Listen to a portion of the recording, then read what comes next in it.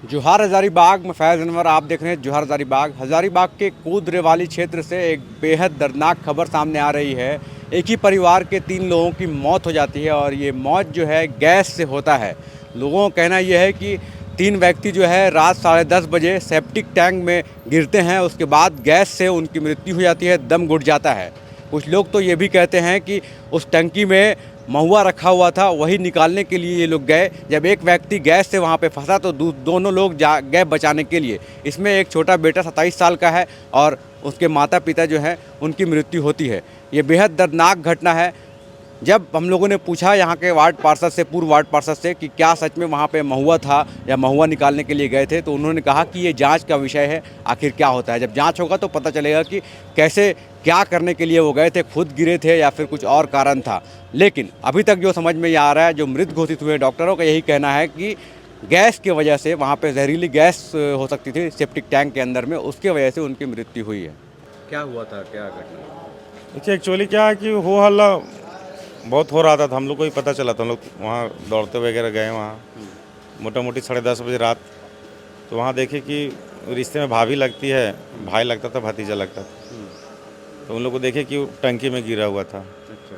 तो हम लोग बहुत प्रयास किए निकालने का।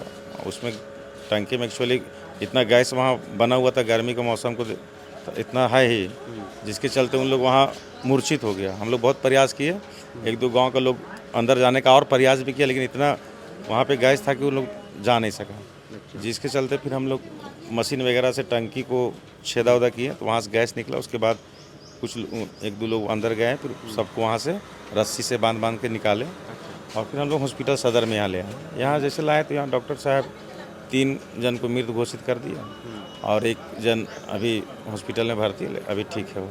तो ये सब एक ही परिवार के हैं? सब एक ही परिवार के। क्या क्या नाम था? एक चमेली देवी और दूसरा का मदन साह और तीसरा रवि कुमार। उसके पापा का आनंद साह जो अभी हॉस्पिटल में एडमिट है। हाँ एडमिट बढ़िया है। सदर में अभी ठीक है वो। तो क्या वो मतलब अंधेरा था, लाइट वाइट नहीं था वहाँ पे, पता नहीं चल पाया क्या हुआ? एक्चुअली लाइट है लगा हुआ, लेकिन उस समय लाइट नहीं था। उस समय लाइट नहीं था, अंधेरा के होने की वजह से वो टंकी खुला हुआ था। तो अब कैसी गिरी, अब तो उस समय हम लोग को प्रेजेंट थे नहीं, तो बोल नहीं सकते। तो क्या लग रहा है, खुद से गिरे हैं, कोई गिरा दिया है? नहीं, खुद से गिरी है, कोई गिराया नहीं, वैसा कोई बात नहीं है। ऐसा कुछ मतलब वैसा कोई इशू मर्डर की कोई आशंका? नहीं, वैसा कोई इशू नहीं है। गैस से ही मौत हुई? हाँ बिल्कुल। क्या नाम हुआ आपका? मेरा दिलीप कुमार साह। पार्षद जी, कुछ लोग यहाँ पे कह रहे थे, फोन आया था कि टंकी में महुआ रखा हुआ था, वही निकालने गए थे। क्या कितना सच्चाई है इसमें? देखिए ये जांच का विषय है, इसके विषय में हम लोग को कोई जानकारी नहीं है। उस समय आनंद फानन में हम लोग हल्ला हुआ, हम लोग दौड़े और पूरा प्रयास था हम लोग का उन लोग को बचाने का।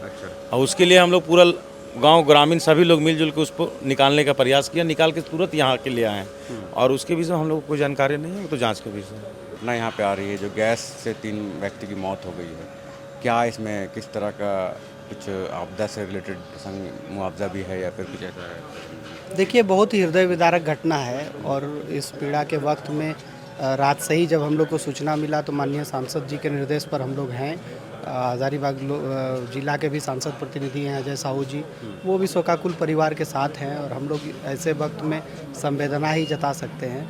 अभी जो हज़ारीबाग जिला के सांसद प्रतिनिधि हैं, उन्होंने स्थानीय जो कटकमदाग के सीओ हैं उनसे वार्ता किया है कि अगर आपदा प्रबंधन के तहत कोई मुआवजा का इसमें प्रावधान है तो उनको तत्काल राहत दिया जाए। तो उन्होंने आश्वासन दिया है कि हम लोग देख लेते हैं क्या नियम है, उसके बाद आगे का बताएंगे। तो घटना, बाकी लोगों को कैसे सावधान करेंगे ऐसी घटनाओं में? देखिए, घर के आसपास में अगर इस प्रकार का कहीं पर सेप्टिक टैंक खुला हुआ हो या छोटा जो बोरवेल है वो खुला हुआ हो, कुआं खुला हुआ हो, तो ऐसे जगह पर उसको कोशिश करना चाहिए कि ढक देना चाहिए, ताकि घर परिवार और आसपास के लोग, जानवर वहाँ पर सुरक्षित रह सके। नहीं तो फिर ऐसी घटना की पुनरावृत्ति भविष्य में भी हो सकती है। तो लोगों को इस घटना से सबक लेना चाहिए और जागरूक हो करके आगे की दिशा में पहल करना चाहिए ताकि ऐसी घटना की पुनरावृत्ति ना हो।